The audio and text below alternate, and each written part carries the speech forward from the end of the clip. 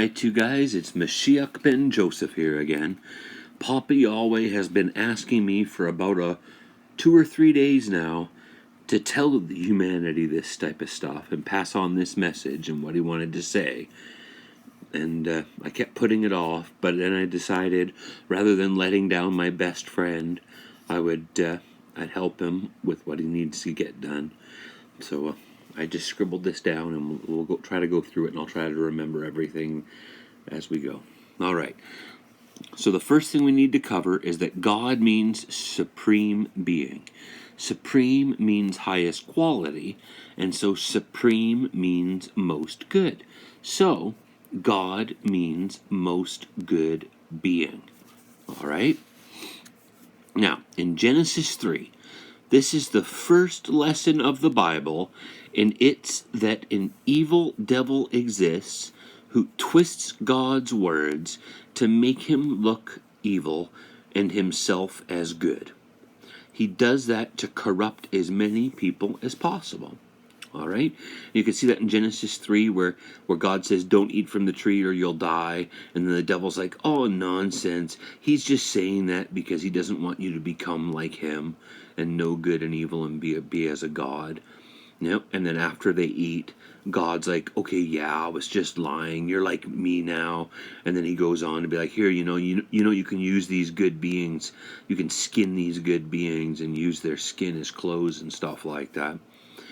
So it's like, that's the first lesson of the Bible, that the devil exists and he twists God's words to portray God as evil and himself as good. All right? And also, the whole Bible basically tries to make Judah's line look good while telling everyone to fear and love the jealous, evil God. All right? So that's just like the devil.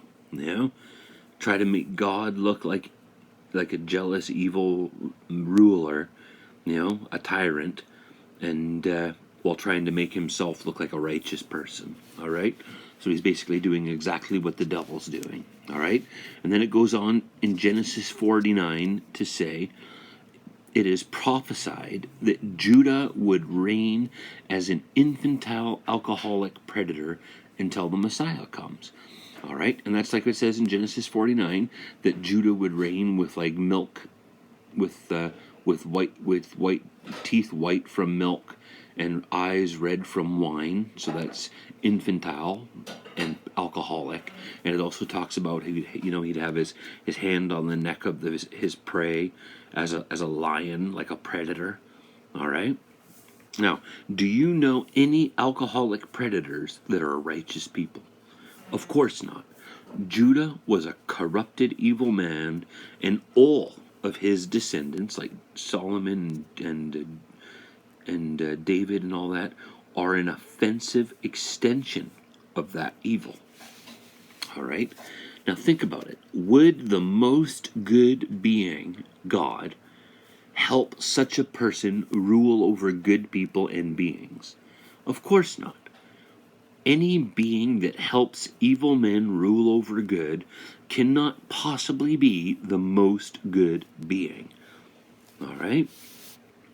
Then we go on to Exodus 20:13. Thou shalt not kill. This is a dead giveaway that these are not God's words.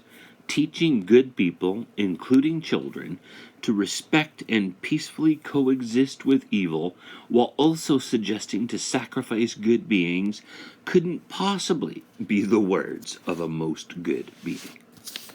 All right?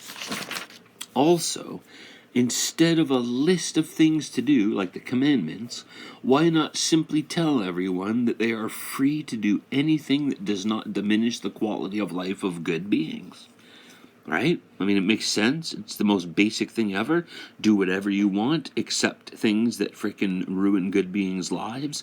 Isn't that something like a most good being would tell his children? Yeah? Do whatever you want, enjoy life, have fun, but just don't ruin other good beings' lives. Yeah? With just these few things, you can prove that the Bible is the work of the devil and evil people. There is no way it can be the creation of the most good being and good people. Therefore, Judaism is a false religion. So there you go.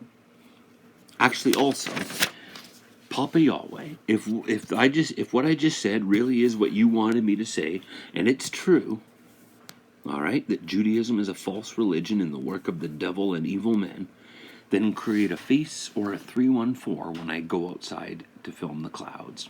All right, so let's go. We're going to go outside and check the sky and see if there's any clouds and see if somehow, miraculously, a face or a 314 appears in them. All right, let's see. All right, well, try to get this thing focused. All right, as you can see, there's not very many clouds out here. So let's see, we'll have to look down there. Is there a face or a 314? Well, there you go. There's a little face right there with a big wide nose. So there you go.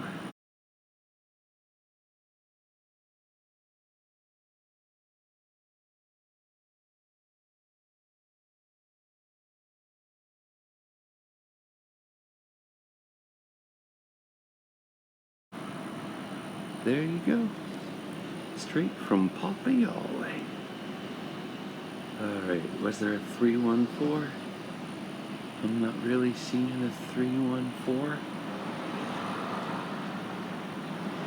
Not really seeing a 314. There was sort of, and see there's like a partial face right there, like an eye, a nose, and a mouth, and a chin. And it's looking over this way. But I don't see anything over there.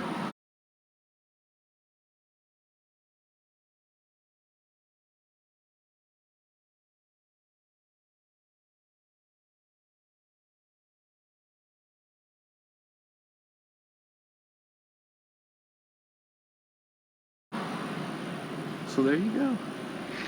There you go.